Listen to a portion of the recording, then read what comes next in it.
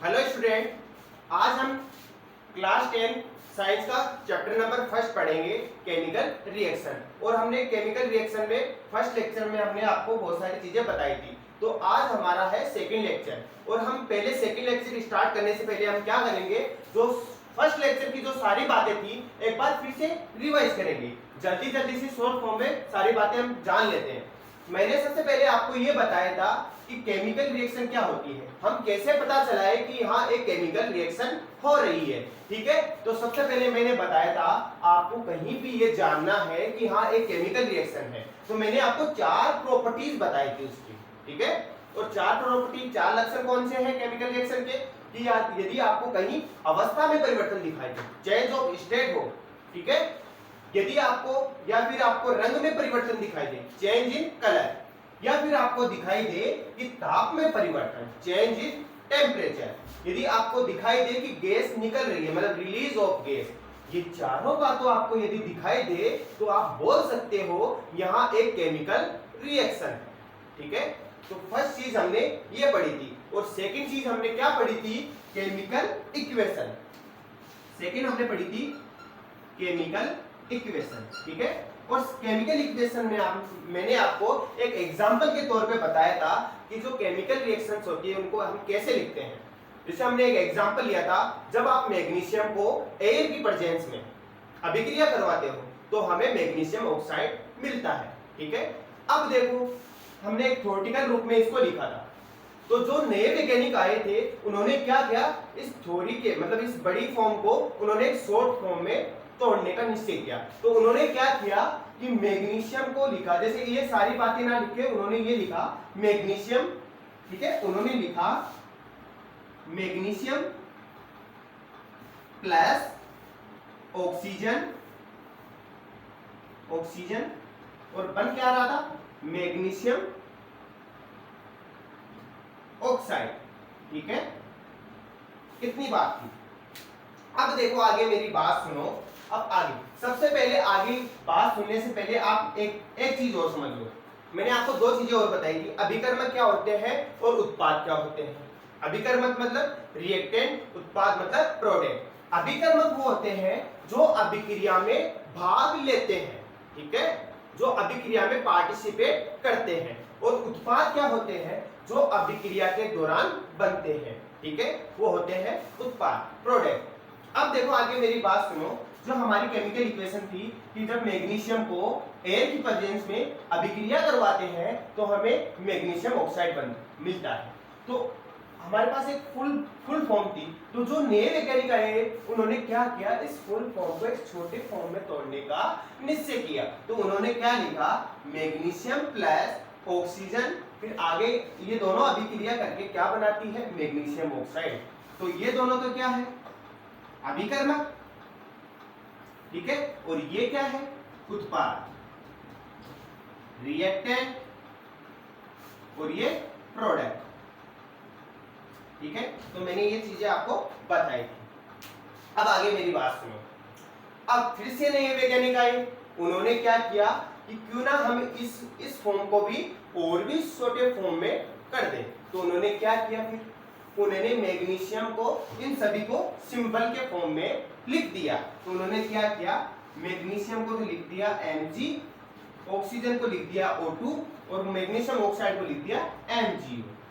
तो उन्होंने एक इससे भी छोटी फॉर्म बना दी। तो ये सारी चीजें हमने फर्स्ट लेक्चर में जान ली थी। अब बात करते हैं हम आगे की। आज हमारा केमिकल रिएक्शन का सेकंड लेक्चर है, उसमें हम बहुत सारी चीजें पढ़ेंगे। तो देखो स्टार्टिंग से हम क्या पढ़ेंगे, देखो चलो नेक्स्ट एग्जांपल लेते हैं हम, हाइड्रोजन H2 प्लस O2। ठीक है, ये दोनों अभिक्रिया करके क्या बना रहे हैं, H2O। ठीक है, चलो आपको छोटे बच्चे हो तो मैं आपको बेसिक चीज से बताता हूं आपको मैं। देखो मेरी बात ध्यान से सुनो, H2O का मतलब होता है जल, वाटर। ठीक है, और H का मतलब होता है हाइड्रोजन। ठीक है, H का मतलब होता है हाइड्रोजन। और जब H डबल फॉर्म में होता है, मॉलिक्यूल के रूप में होता है, ठीक है, अणु के रूप में होता है, तो वो होता है हाइड्रोजन गैस, हाइड्रोजन गैस, ठीक है। अब जो O होता है वो उसको बोलते हैं हम ऑक्सीजन, क्या बोलते हैं, ऑक्सीजन। और जब ऑक्सीजन O2 के फॉर्म में होती है तो उसको बोलते हैं हम ऑक्सीजन गैस, ठीक है। तो ये छोटी छोटी बेसिक चीजें हैं, वो आपको पता होनी चाहिए कि जो हमारा यहाँ H2O बना है वो H2O क्या है, H2O एक जल का सूत्र है, जल का फॉर्मूला है। H2O को हम वाटर बोलते हैं, जल बोलते हैं। और हाइड्रोजन को क्या H को क्या बोलते हैं, सिंगल H को हम बोलते हैं हम हाइड्रोजन, ठीक है। और डबल H जब ये इसके दो परमाणु होते हैं, ये जब H2 के फॉर्म में होता है तो वो होता है हाइड्रोजन गैस, ठीक है। अब देखो O का मतलब होता है ऑक्सीजन और O2 का मतलब होता है ऑक्सीजन गैस। तो ये छोटी छोटी बेसिक चीजें आपको पता होनी चाहिए, ठीक है। अब आ जाओ इस अभिक्रिया पे, अब चेक करो यहाँ देखो, यहाँ दो हाइड्रोजन परमाणु, ठीक है, दो हाइड्रोजन के परमाणु है, मतलब दो हाइड्रोजन के एटम, ठीक है। अब देखो, यहाँ दो ऑक्सीजन के परमाणु हैं। अरे इधर देखो, यहाँ देखो H कितने हैं, दो, तो यहाँ दो हाइड्रोजन के परमाणु हैं, ठीक है। और यहाँ देखो जो आपकी O है, जो आपकी ऑक्सीजन है वो कितनी है, दो है, देखो दो है ऑक्सीजन, तो दो ऑक्सीजन परमाणु है यहाँ पे, ठीक है। अब देखो जो हमारा प्रोडक्ट बना, हमारा उत्पाद बना, उसमें चेक करो, देखो दो हाइड्रोजन के परमाणु है, ठीक है, और एक ऑक्सीजन का परमाणु है, एक ऑक्सीजन का परमाणु। अरे इधर देखो ना, हाइड्रोजन कितना है, दो है, और ऑक्सीजन देखो एक ही है, ठीक है ना, इतनी बात क्लियर है। उत्पाद में देखो, उत्पाद में तो टोटल परमाणु कितने हैं, दो और एक, तीन। और यहां देखो, यहां अभिकर्मक के अंदर, रिएक्टेंट के अंदर देखो, ये दो तो हाइड्रोजन के परमाणु है और दो ऑक्सीजन के परमाणु, तो टोटल कितने हो गए, चार। और यहां टोटल कितने हैं, तीन, ठीक है, इतनी बात क्लियर है। अब उससे पहले एक छोटी चीज और सुन लो, ठीक है। उससे पहले देखो, इसको आगे बढ़ाने से पहले मैं आपको एक नियम समझा देता हूं। एक नियम होता है द्रव्यमान संरक्षण का नियम, ठीक है, द्रव्यमान संरक्षण का नियम, law of conservation of mass, ठीक है। तो देखो आपका जो द्रव्यमान संरक्षण का नियम है वो क्या बोलता है, जो हमारा द्रव्यमान संरक्षण का नियम है वो क्या होता है। तो देखो द्रव्यमान संरक्षण का नियम का मतलब है, द्रव्यमान संरक्षण का जो नियम होता है उसमें यह बोला जाता है कि जो आपका द्रव्यमान होता है उसे आप ना तो उत्पन्न कर सकते हो ना ही उसका विनाश कर सकते हो। जो आपका द्रव्यमान संरक्षण का नियम ये बोलता है कि ना तो आप द्रव्यमान को उत्पन्न कर सकते हो ना ही उसका विनाश कर सकते हो। इतनी बात क्लियर है सभी को? अरे इतनी बात क्लियर है सभी को? तो चलो आगे मेरी बात। यहां देखो इस अभिक्रिया के अंदर, इस अभिक्रिया में अभिकर्मक देखो, दो तो हाइड्रोजन के परमाणु और दो ऑक्सीजन के परमाणु, टोटल कितने हैं, चार। तो अभिकर्मक के अंदर आपके पास चार परमाणुओं का द्रव्यमान है। कितने परमाणुओं का द्रव्यमान है, चार परमाणुओं का द्रव्यमान। अब आ जाओ उत्पाद की तरफ, प्रोडक्ट की तरफ। तो यहां देखो, दो तो हाइड्रोजन के परमाणु, मतलब दो हाइड्रोजन के एटम, ठीक है, और एक ऑक्सीजन का परमाणु, बोले तो एटम। तो टोटल कितने हो गए, तीन। तो प्रोडक्ट के अंदर तीन परमाणुओं का द्रव्यमान है। तो देखो अभिकर्मक में चार परमाणु का द्रव्यमान था और उत्पाद में तीन परमाणु का द्रव्यमान। तो मेरे बोलने का यह मतलब है कि जब आपका उत्पाद बनता है तो उसमें द्रव्यमान कम हो जाता है, मतलब एक परमाणु का द्रव्यमान कम हो जाता है। लेकिन देखो द्रव्यमान संरक्षण का नियम क्या बोलता है, अभिक्रिया के दौरान, केमिकल रिएक्शन के दौरान ना तो आप द्रव्यमान को उत्पन्न कर सकते ना ही उसका विनाश कर सकते। जो आपका द्रव्यमान होगा वो रासायनिक अभिक्रिया के दौरान, केमिकल इक्वेशन के दौरान क्या जितना है उतना ही रहेगा। अभिकर्मक में जितना, अभिकर्मक में भी उतना ही रहेगा और उत्पाद में भी उतना ही रहेगा। ना तो कम होगा ना ज्यादा होगा, ना तो उत्पन्न कर सकते ना उसको विनाश कर सकते। अरे इंग्लिश में बोलने का मतलब है ना तो हम मास को क्रिएट कर सकते ना डिस्ट्रॉय कर सकते। तो इधर देखो, ये अभिक्रिया आपकी क्या द्रव्यमान संरक्षण के नियम की पालना करती है? नहीं करती। तो एक बार मैं लैंग्वेज में लिखता हूं इसको, ठीक है। तो देखो ये नियम ये बोलता है ना तो द्रव्यमान को उत्पन्न किया जा सकता है,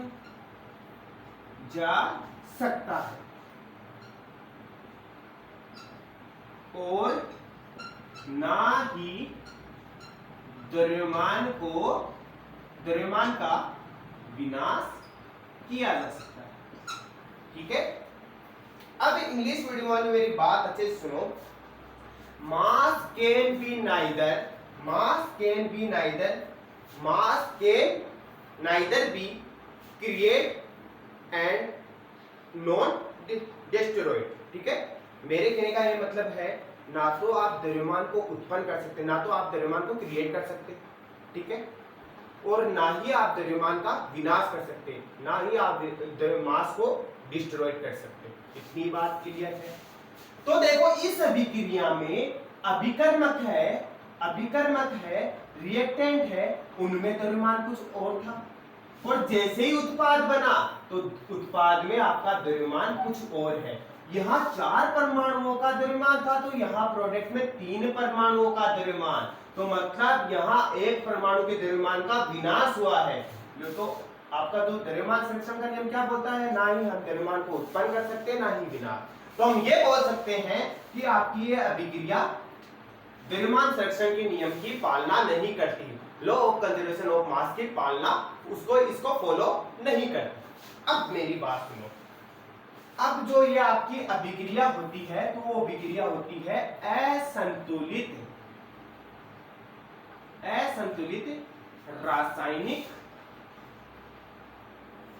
अभिक्रिया, या फिर इसको ये बोल दो असंतुलित रासायनिक समीकरण। असंतुलित, ये नीचे फ्रेम में घट रहा होगा, एक बार मैं ऊपर लिख देता हूं इसको। देखो मेरी बात सुनो, अब आगे की मेरी बात सुनो।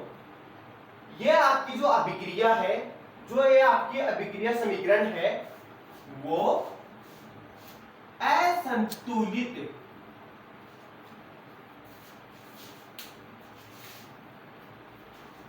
देखो मैं इसको एक बार हटा देता हूं। अब बात करते हैं हम हमारी जो रासायनिक अभिक्रिया है ये वाली, एक बार मैं इसको हटा देता हूं। एक बार फिर से याद करो, द्रव्यमान संरक्षण का जो नियम होता है वो ये बोलता है कि ना तो हम द्रव्यमान को उत्पन्न कर सकते हैं ना विनाश कर सकते। तो एक बार के लिए याद रखना, ठीक है। अब हम बात करते हैं इस वाली रिएक्शन की। तो इस रिएक्शन में क्या हो रहा है? द्रव्यमान की कमी हो रही, अभिकर्म में कुछ और उत्पाद में कुछ और, मतलब उत्पाद में जाके द्रव्यमान कम हो रहा है। तो हमारी अभिक्रिया होती है वो द्रव्यमान संरक्षण के नियम की पालना नहीं करती। तो इस अभिक्रिया को हम बोलेंगे असंतुलित रासायनिक समीकरण, ठीक है। जो हमारी ये केमिकल इक्वेशन है उसको हम बोलेंगे असंतुलित रासायनिक समीकरण, अनबैलेंस्ड केमिकल इक्वेशन, ठीक है। इतनी बात क्लियर है। अब सुनो मेरी बात, अब ध्यान से मेरी बात को कान खोल के सुनना। अब हम कुछ एग्जांपल और लेते हैं, ठीक है।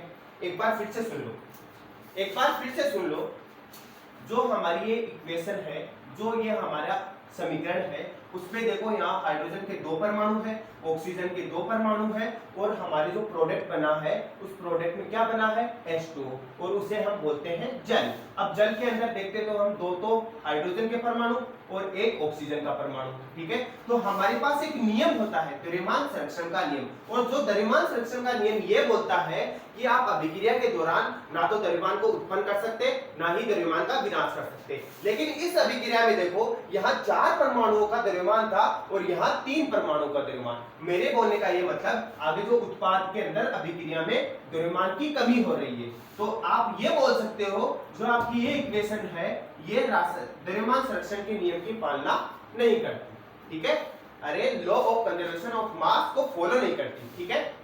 अब देखो जो ये हमारी अभिक्रिया है उसको हम बोल देते हैं असंतुलित रासायनिक समीकरण। अब देखो इतना सबको क्लियर है। अब हम आगे की बात करते हैं। देखो हम एक एग्जांपल लेते हैं वही वाला H2O2, फिर इससे क्या बनता है H2, ठीक है। तो देखो ये कैसा समीकरण है, असंतुलित रासायनिक समीकरण जो हमारे द्रव्यमान संरक्षण की नियम की पालना नहीं करता। क्यों ना हम इस समीकरण को, इस केमिकल इक्वेशन को संतुलित कर दे, बैलेंस कर दे, तो वो फिर हम उसको बैलेंस कर दे तो वो फिर द्रव्यमान संरक्षण के नियम की पालना करने लगेगा। तो देखो अब हम इस इक्वेशन को बैलेंस करने के लिए क्या करते हैं, तो देखो हम जब इधर अभिकर्मक में परमाणु की संख्या और उत्पाद में परमाणु की संख्या, दोनों में परमाणु की संख्या बराबर कर दे तो इनका जो द्रव्यमान होता है वो बराबर होगा। और द्रव्यमान संरक्षण का नियम क्या बोलता है कि अभिकर्मक में और उत्पाद में द्रव्यमान बराबर होना चाहिए, ठीक है। तो देखो इसके लिए हम क्या करेंगे, जितने इधर परमाणु है उतने ही हम इधर परमाणु की संख्या कर देंगे, ठीक है। तो देखो यहाँ पर 2 हाइड्रोजन है तो यहाँ पर भी 2 हाइड्रोजन, यहाँ 2 ऑक्सीजन है तो यहाँ भी 1 ऑक्सीजन। तो क्यों ना हम इस ऑक्सीजन को 2 कर दे, जिससे ये आपका समीकरण है, ये इक्वेशन है, द्रव्यमान संरक्षण के नियम की पालना करने लगे। तो देखो उसके लिए हम क्या करते हैं, देखो आपको कुछ बताता हूं मैं। कुछ बच्चों को जब बोला जाता है कि ऑक्सीजन को 2 करो, H2 के मॉलिक्यूल में ऑक्सीजन को 2 करो, तो वो क्या करते हैं, H2 लिख देते हैं और O2 के नीचे 2 लगा देते हैं। लेकिन ऐसा नहीं होता। जब आप H2 और O2 के नीचे 2 लगा देते हो तो ये क्या बन जाता है, हाइड्रोजन परऑक्साइड। क्या बन जाता है, हाइड्रोजन परऑक्साइड, ठीक है। और ये होता है वाटर। अरे देखो आपको एक देसी एग्जांपल से समझाता हूं। ये तो वही वाली बात हो गई कि एक बेटे की बहू होती है, ठीक है, उससे ये पूछा जाता है कि आपके ससुर कहाँ है, ठीक है। तो वो पत्थर लिख के ये बोलती है कि आज पिताजी, देखो क्या बोलती है, फिर से सुनो, पिताजी अजमेर गए। तो अजमेर को कैसे लिखती हो, आज मर गई। अब उसने क्या किया, सिर्फ मात्रा की गलती कर दी। उसी प्रकार देखो एक मात्रा चेंज होने से पूरा बॉडी चेंज हो गया कि आज पिताजी आज मर गई। ये मात्रा का ही फर्क है, उसने ये मात्रा गलत कर दी तो उसने क्या बोल दिया, पिताजी आज मर गए। उसी प्रकार जैसे ही आप H2O में O2 के यहाँ 2 लगा देते हो, नीचे 2 लगा देते हो, तो उसका मतलब ही चेंज हो जाता है और क्या बन जाता है, हाइड्रोजन परऑक्साइड। तो ये गलती कभी मत करते हैं। अब हम सीखेंगे इसको बैलेंस कैसे करें। तो देखो मेरी बात सुनो अच्छे से, ध्यान लगा के सुनना मेरी बात को। इसको बैलेंस करने के लिए दोनों तरफ परमाणुओं की संख्या बराबर करने के लिए क्या करते हैं हम, यहाँ हाइड्रोजन पहले लिख लो, यहाँ हाइड्रोजन कितने 2, यहाँ ऑक्सीजन 2, ठीक है, इतनी बात क्लियर है। अब देखो यहाँ चेक करते हैं, यहाँ हाइड्रोजन 2 और ऑक्सीजन 1, तो हमें जैसे तैसे करके हमें ऑक्सीजन को 2 करना है, ठीक है। तो देखो बैलेंस करने के लिए क्या करते हैं, अब हम बैलेंस करने के लिए यहाँ 2 लगा सकते हैं। अब यहाँ 2 लगने का मतलब है ये 2 H2 के भी है और ऑक्सीजन के भी है, ये 2 हाइड्रोजन के भी है और ऑक्सीजन के भी है। जब आप कोई संख्या किसी मॉलिक्यूल के आगे लगाते हो तो वो पूरे मॉलिक्यूल का होता है, जिसमें उस मॉलिक्यूल में से जो भी परमाणु हो, जैसे हाइड्रोजन ऑक्सीजन, वो 2 सबका होता है। तो जब हमने यहाँ 2 लगा दिया तो इसका मतलब है ये 2 हाइड्रोजन का भी है और ऑक्सीजन का भी है। इतनी बात क्लियर है। अब देखो यहाँ हाइड्रोजन कितनी हो गई, यहाँ 2 लगाने से हाइड्रोजनों की संख्या कितनी हो गई, 2 और 2। अब देखो मेरी एक बात और सुन लो, जब आपको करना हो ऐसे करना हो ऐसे तो ये गुणा होते हैं, और जब आपको बराबर की बात आई बराबर की तो ये प्लस होते हैं। ये बात ध्यान से याद रखना, क्रॉस में हमेशा मल्टीप्लाई होता है और बराबर में हमेशा प्लस होता है। तो यहाँ देखो 2 इंटू 2, देखो क्रॉस में है ऊपर नीचे है, तो 2 इंटू 2 कितने हो गए 4, तो हाइड्रोजन अब कितने हो गए 4 4। और ऑक्सीजन देखो, ऑक्सीजन भी तो 2 हो गया, यहाँ 2 का मतलब इस पूरे का है, तो अब ऑक्सीजन भी 2। अब यहाँ देखो, यहाँ ऑक्सीजन 2 थी और हाइड्रोजन हो गई, हाइड्रोजन कितनी रह गई 2, तो इसको भी बैलेंस करना पड़ेगा, तो इसको बैलेंस करने के लिए हम यहाँ 2 लगा देंगे। अब देखो 2 इंटू 2, 2 इंटू 2, 2 मल्टीप्लाई 2, तो कितना हो गया हाइड्रोजन 4। अब हम बोल सकते हैं ये एक हमारी बैलेंस इक्वेशन है, और ये बैलेंस इक्वेशन है, तो अब हम इसको बोल देंगे संतुलित रासायनिक समीकरण। ठीक है, अरे बैलेंस केमिकल इक्वेशन, ठीक है ना।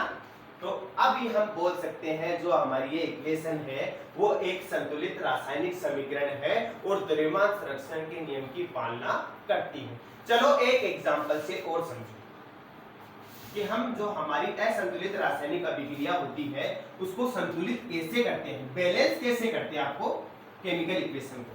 तो चलो एक एग्जांपल और देखो, यहाँ हम लेते हैं MgO प्लस O2। अरे आपको पता है जब मैग्नीशियम एयर की प्रेजेंस में ऑक्सीजन की O2 की प्रेजेंस में O2 से अभिक्रिया करके क्या बनाता है मैग्नीशियम ऑक्साइड। ठीक है, अब देखो यहाँ चेक करो, इस स्थिति में मैग्नीशियम कितना है 1, ऑक्सीजन कितने हैं 2। ठीक है, ऑक्सीजन के परमाणु कितने हैं 2। अब यहाँ चेक करो, मैग्नीशियम 1 है और ऑक्सीजन के मॉलिक्यूल कितने, ऑक्सीजन के परमाणु कितने हैं 2, तो ये तो असंतुलित रासायनिक समीकरण है। ठीक है, ये तो असंतुलित रासायनिक समीकरण है। अरे देखो यहाँ यहाँ Mg1 और ऑक्सीजन के भी 1। ठीक है, तो अब हम बोल सकते हैं यहाँ एक असंतुलित रासायनिक अभिक्रिया, अनबैलेंस्ड केमिकल इक्वेशन है।